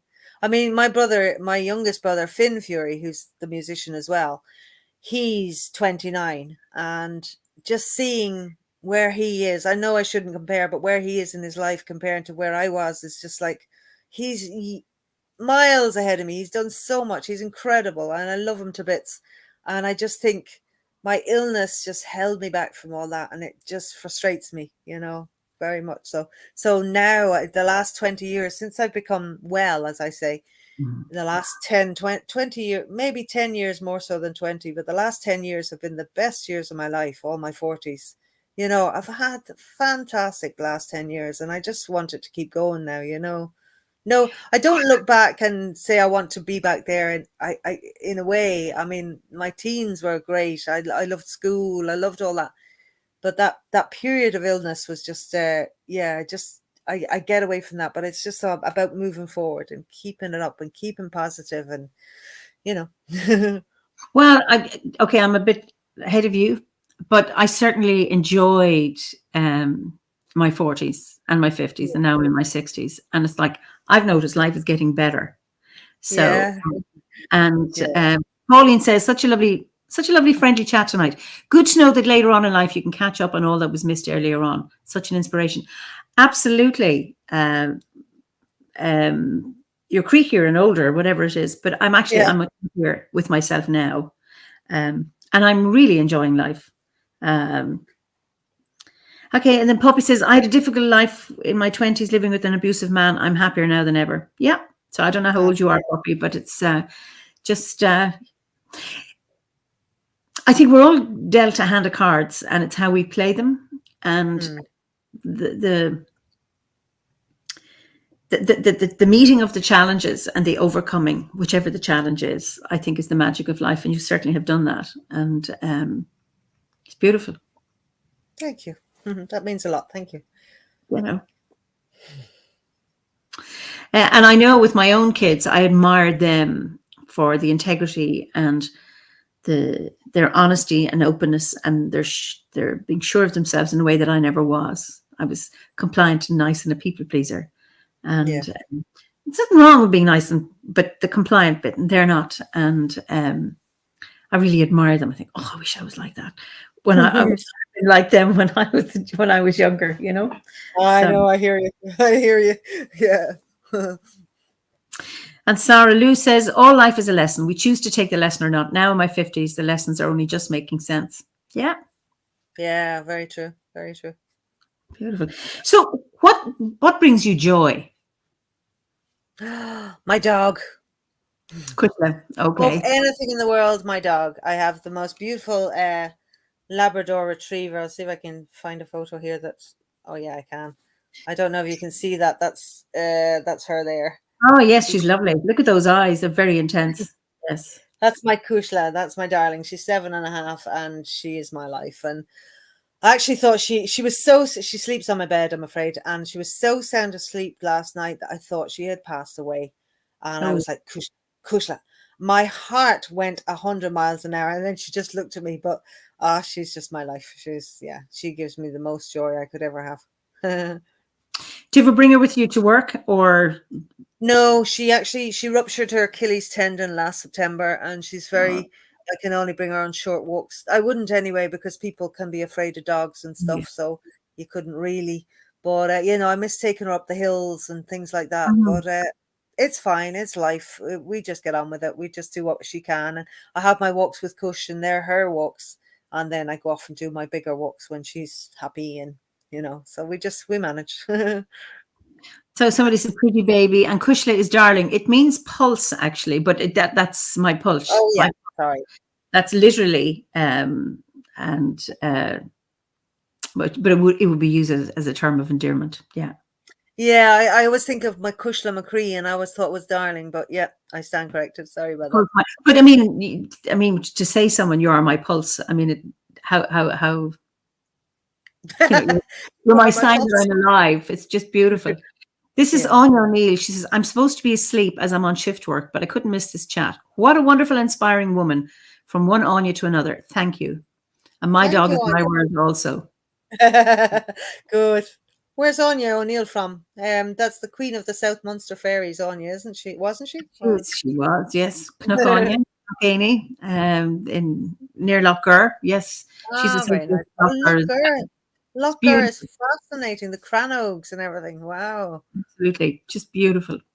Yeah. So Beth says, gorgeous. I do that all the time with mine too, in the middle of the night. This dog, he puts up with a lot. So it's just wonderful. The healing and the companionship with animals is just absolutely beautiful. I actually I'll start, so I won't stop. But my dad wasn't so well a week or so ago. We had a bit of a scare, but funnily enough, he went off to the west of Ireland to a piping festival, an Uilleann piping festival, and in Clare. And he had a bit of a turn. And the morning it happened, my dog was unwell. And I don't know if you believe in this kind of thing, but I do. I think they're psychic, or they just know. And she was unwell, and I didn't know there was anything wrong with my dad, but Kushta was unwell for the whole day. And then we found out Dad had a turn. He was in Limerick Hospital, and then everything was fine. My mum went and picked him up, and when he came home, when he came in the door, she got better. And I just see that with her. I just think it's remarkable, the thing that animals have. And the same thing, like, not to do with illness, but my mum had a cat when they lived in Scotland. And my mum's relatives, my grandmother was from Cornwall, so a big Celtic vibe going on here. So my mum and her sisters and my grandmother used to go down to Cornwall every summer for the whole summer. But Grandad used to always go just for a couple of weeks because he had to work. But the cat never liked my Grandad. So the cat would disappear for the whole summer. And the day my mum and her sisters were coming back from Cornwall, the cat would arrive back at the house before they arrived, before they got home. You know, little things like that. I just love stories like that. And they're true stories in my house. But Rupert Sheldrake, the scientist, he has written a book, I have it here, How Dogs Know When Their Owners Are Coming Home. Oh, okay. So what he's done is got people to... they notice that dogs, people, anecdotally say, oh, Teddy the dog or Cushley is always at the door waiting for so-and-so whenever they come in from work. And they were saying, oh, well, that's because you come home at the same time every evening. So he got people to vary the time that they came home, to vary the transport. Either some would come on foot, some would come in a taxi, on a bus, your car, whatever it is. Different times of the day, and the dog or the cat would be there, or there was a dog who'd go and meet at the train, but they vary the times. And there's something, and he said, no, that there's evidence that somehow a dog, a pet who's in sync with their owner will know. I believe it. I believe it. It's absolutely. I'd love to. Who's the book by? Rupert Sheldrake. He's written. He's a well-known scientist who is very, very creative. Well worth. He's written The Science Delusion, looking at how science gets misused and things like that. So Stephanie says, I absolutely believe in this. My dad passed last summer, but before that, my little dog was having seizures from the feelings of her human family. Seizures ended right after my dad passed. Wow. Wow. Incredible. Yeah, I certainly believe in it as well. Yeah. Wow. And Áine O'Neill is from Dublin, living in Cork for the last 20 years. That's the other Áine. Nice. Thank you. And Poppy says, oh, they definitely know. If there are many dogs in a neighborhood, if an earthquake is coming, they start barking altogether hysterically. A little while later, the earthquake happened. Wow. Wow. Yeah. So Ruth Ann says the morphic fields. Yes, I I can't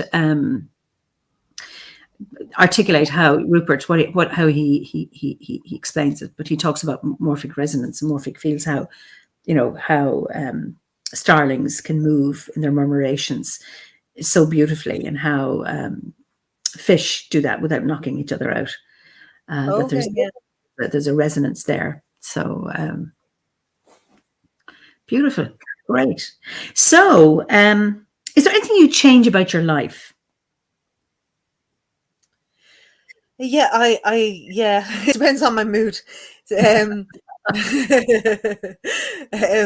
Yeah, I mean, as I said, I've always been a loner all my life. I'd like to be more. See, the reason I never went to, any of the ceremonies and things like that is because of my past. And in the 90s, my head wasn't there. My headspace wasn't there. I was just too scared to be honest with you, to be with a lot of people and stuff. And I don't trust my brain still, even though I'm very much well. I don't trust my brain, and I'd love to be normal. And I know people say, oh, what's normal? You are normal. Who's normal? All these kind of things. But I just love to not fear things like going to a ceremony or things that scare me. I'd like to not have that fear. I have very much a fear of what I've seen when I wasn't well.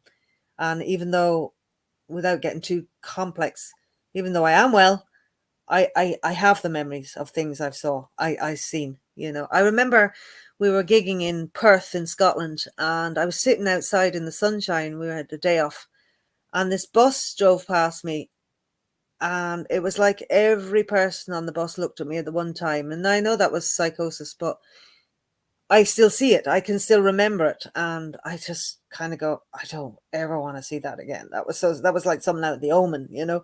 But I wish I didn't have that fear. I wish I didn't have those memories. If I could change anything, I wish I could go back to my teens when I never had those memories. Yeah, yeah. Oh, so how do you manage your fear when you're doing the tour guiding? Because you're with what, a group of people? How do you manage? I'm fine by day. Once it gets past dark, that's when my head starts. That's when I have to be careful with my little brain. But I'm fine by day. I'm very, very much. I wasn't, again, in the 90s. I wasn't. I was as bad in the day as I was in the night, but I was able to manage. It would just come and go, you know, good days and bad days, or good weeks and bad weeks.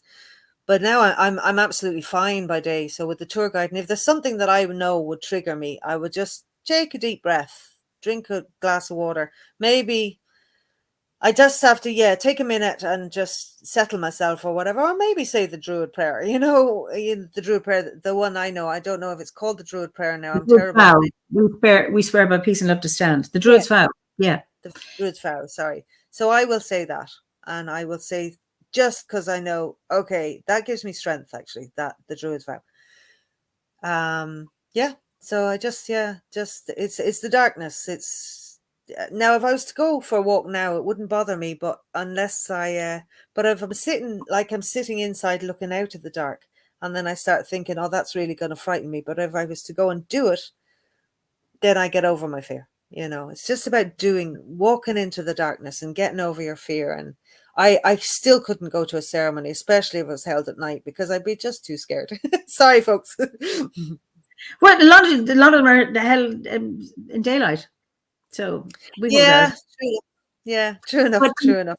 What struck me is that you're very aware, you're very self-aware, so you know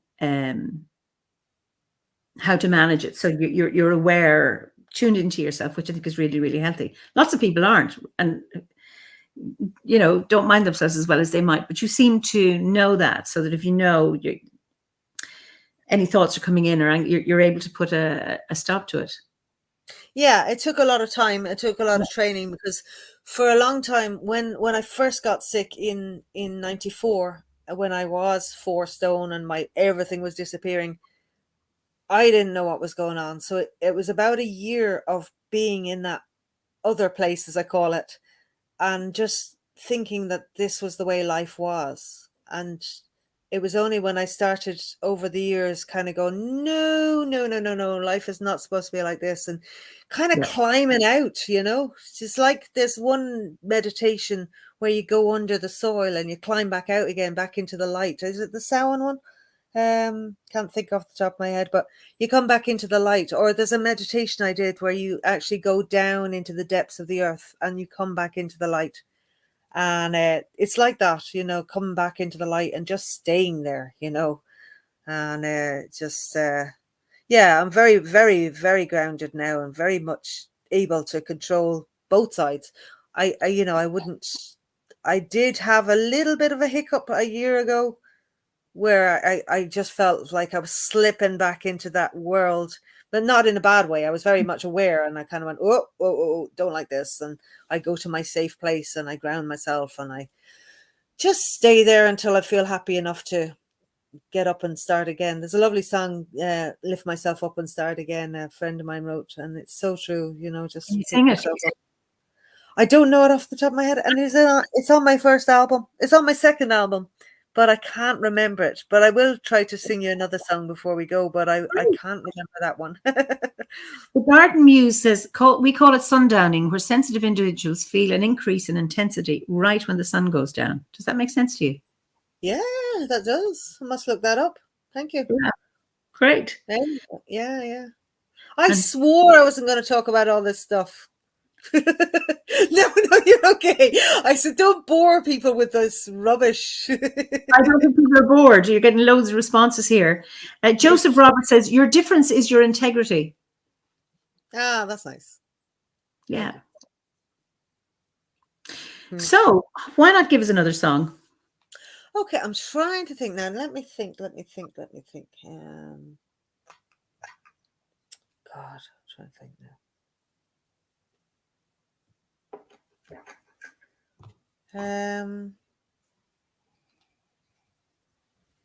I have one. I just have to. How does it go again? There's a song called "Sweetest Summer Rain" that my brother. That's on my album that my brother wrote, and it actually mentions Deirdre the Sorrows. I do like that song, but it does sound much better with the band. But I'll give you a verse and a chorus anyway, and see how we get on. No, I'll sing the song. Okay. Sweetest summer rain falls like diamonds on me. Come again if you will, or if you want to. Be near me in the good times. Together we'll follow our dreams. Do you know what you do to me? Do you know what you do to me? Do you know, do you know, do you know?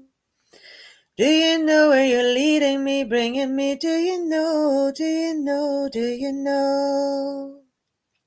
How rare is your flower? How rare, how rare.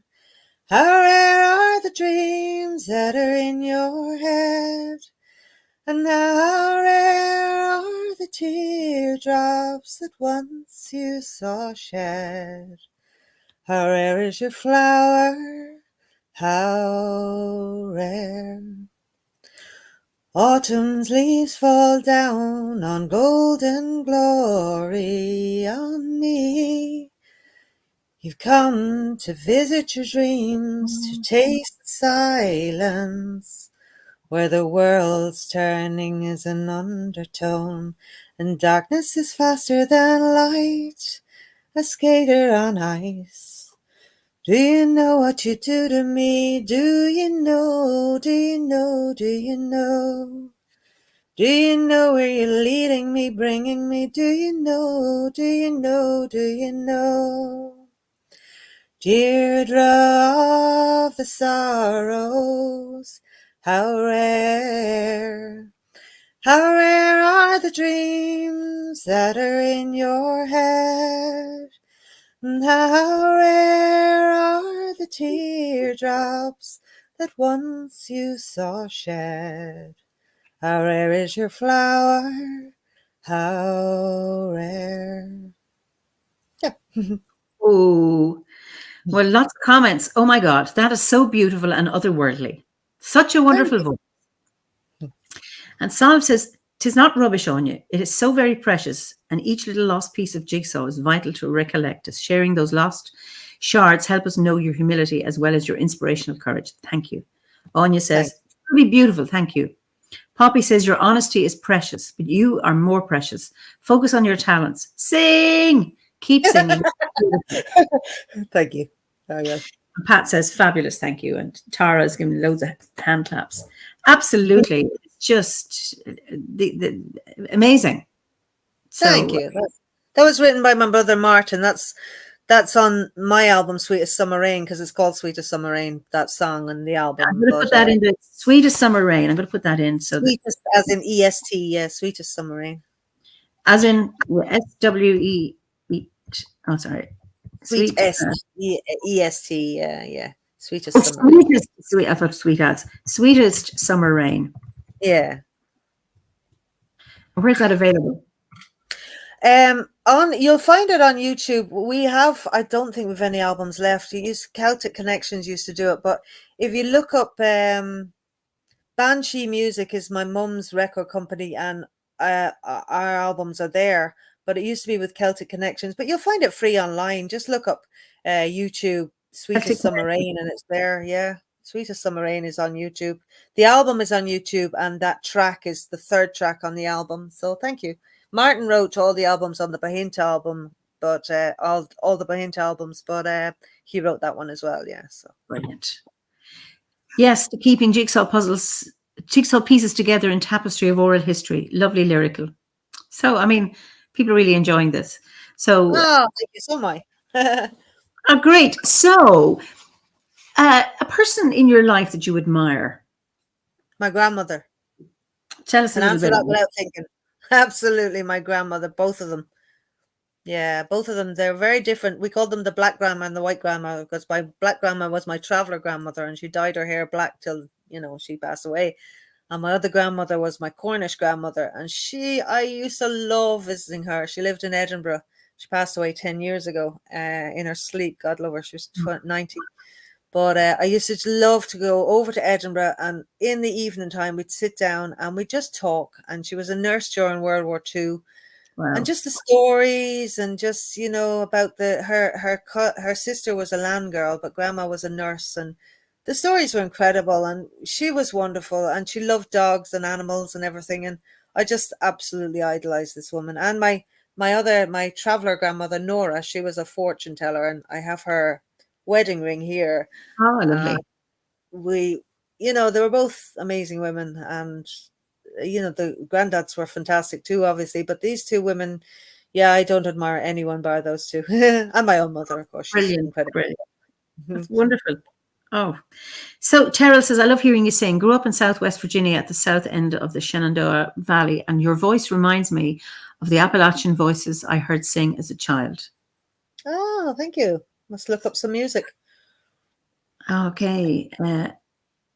And Salve says, beautiful. Thank you, Áine. I will be at Ishnok preparing and helping to build our Bealtaine this weekend in preparation for our gathering. With your permission, Áine, I would like to weave in some intentions for you.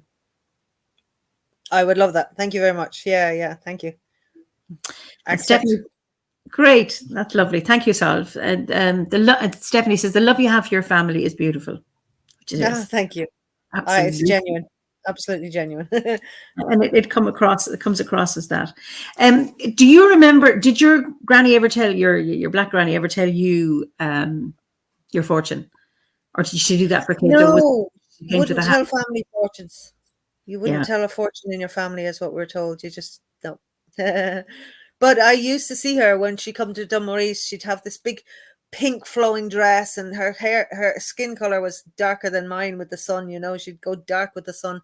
Her black hair, jewels everywhere. Loads of jewelry, bright red lipstick, and she'd go down to the Strand. Down, if anyone knows Dunmorese, she'd go and sit outside the Strand Inn by the sea there, Yeah. and she'd be telling fortunes. She was great. Wow. Oh, lovely, lovely. So, what concerns you, about the modern world? Do you think of the world as it is today? What concerns do you have? Two things which are obvious to everyone, I'd say. Both the climate is just absolutely heartbreaking what's going on, and the war in Ukraine obviously is the moment foremost in my mind. Just kind of like, is this going to lead to World War III? It's just absolutely, I get to points where I get absolutely terrified of what's ahead of us, and what's ahead for my 4-year-old nephew and all those children that are just growing up. It's, what are we leaving them? And even without the war, what are we leaving them with this climate? It's just, in Ireland, we last week hit the point of no return this year. We've gone beyond our consuming this year's, what we were allowed to consume this year last week. It's only April, and I just, it breaks my heart what we're doing, and all the animals that have gone extinct in my lifetime. And like, I worked in a wildlife park when I was a teenager in England in the Cotswolds, and there were white rhino there, and now there are no white rhino, and there's probably in captivity, I don't know, but I know there's none left in the wild. The last one died last year, and it just breaks my heart what we're doing. And people give out about Greta Thunberg, but I think she's incredible, and fair play to her. I just and what really annoys me is that, people jump on board.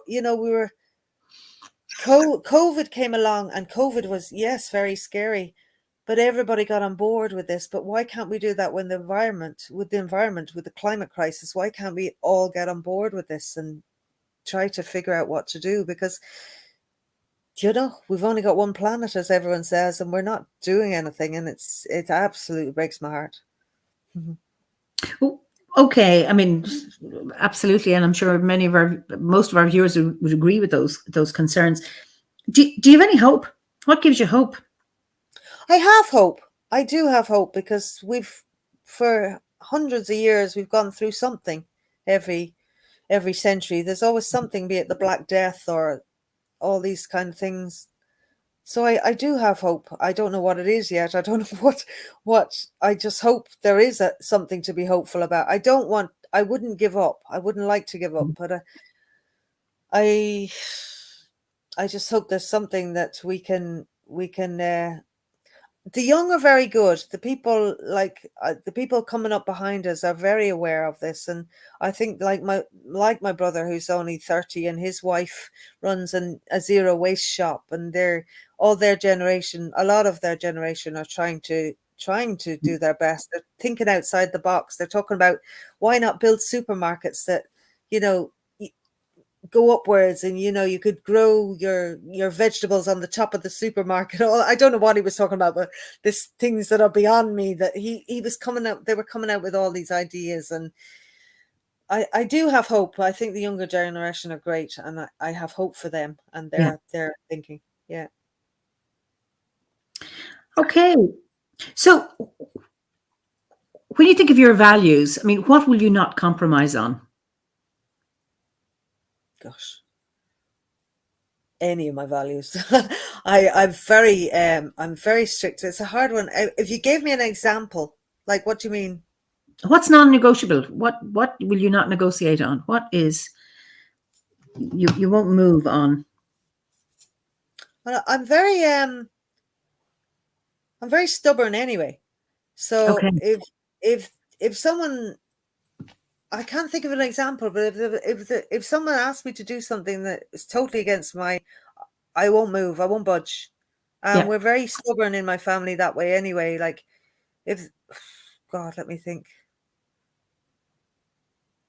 Yeah, no, that's a hard one. And it brings me, my mind went initially to travelers, something to do with travelers, and something to do with talking about, I don't know, that it's a tough one. Because I find like the traveler heritage and everything is a very private side of my life. So if if someone asked me to bring, like, I was supposed to work in a place called Henrietta Street, 14 Henrietta Street, which is a tenement museum here in Dublin. And I did get the job I think, because one of the things I said in the interview was my granddad used to live in Engine Alley. And of course, they immediately thought I meant in the tenement. So when it actually came to the crunch and I got the job and I was doing the training, and the manager said, "Oh, tell me about Engine Alley. What tenement was it in?" And I said, "Well, it was actually a caravan in Engine Alley."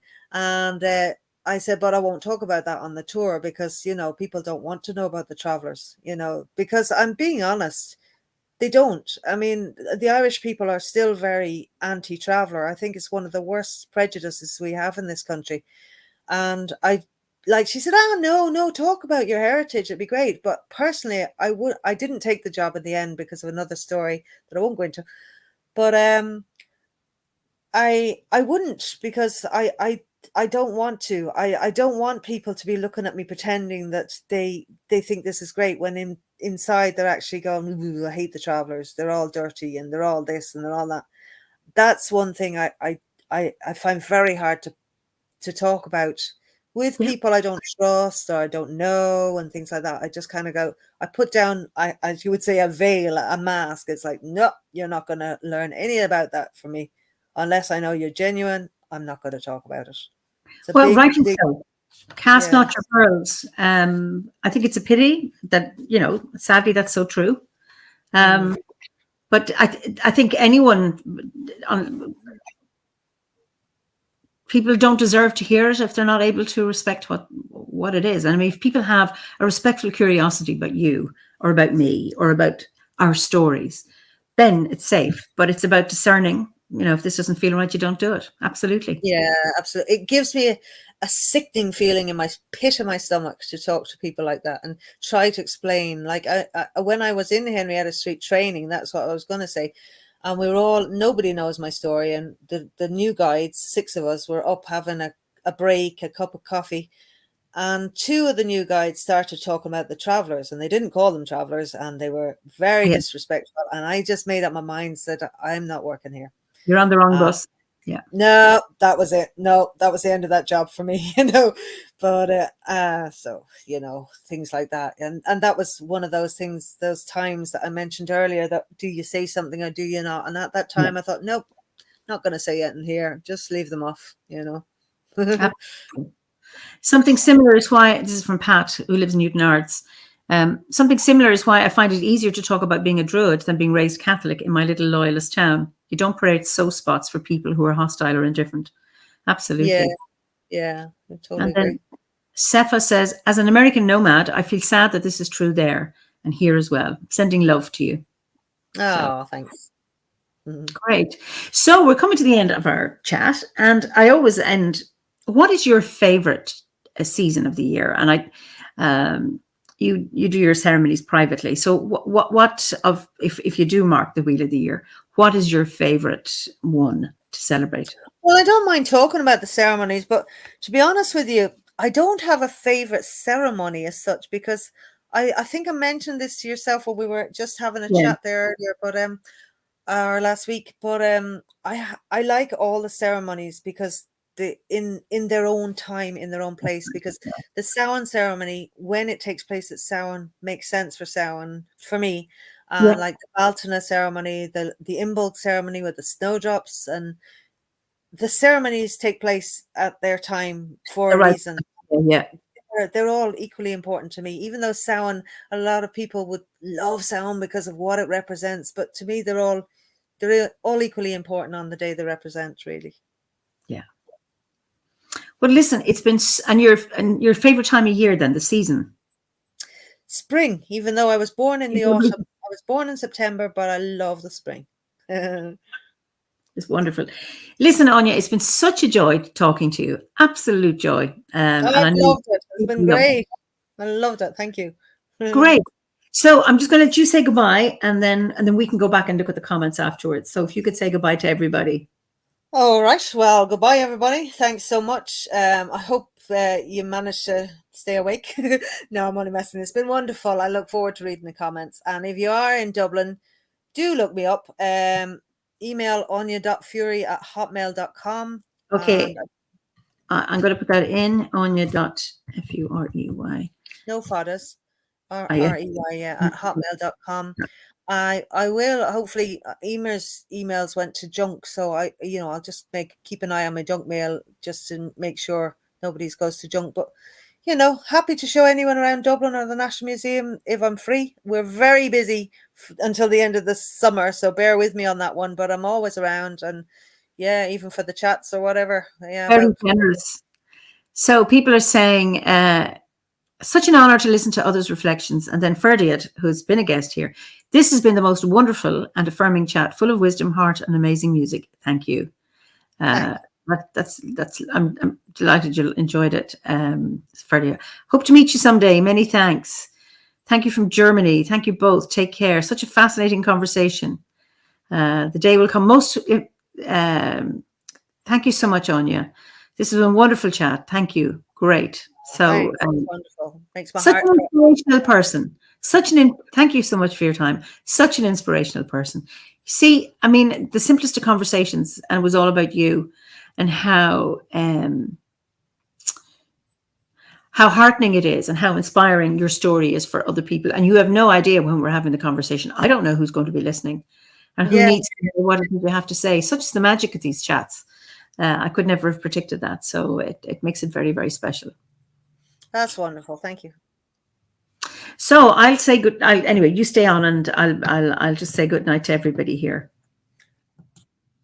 So thank you all very much for joining us and for your wonderful comments. And of course, people are so good at their comments, we don't get to read all of them as we're doing it. But I look forward to see. We have our OBOD ceremony for Bealtaine this Saturday evening at 7 p.m. UK time. I hope you can join us then. And also see you next week for another Fireside Chat. So In the meantime, be well, and the blessings of Bealtaine, and for those of you in the Southern Hemisphere, the blessings of Samhain. May your lives be blessed. So, Iwa, Slán go fóill.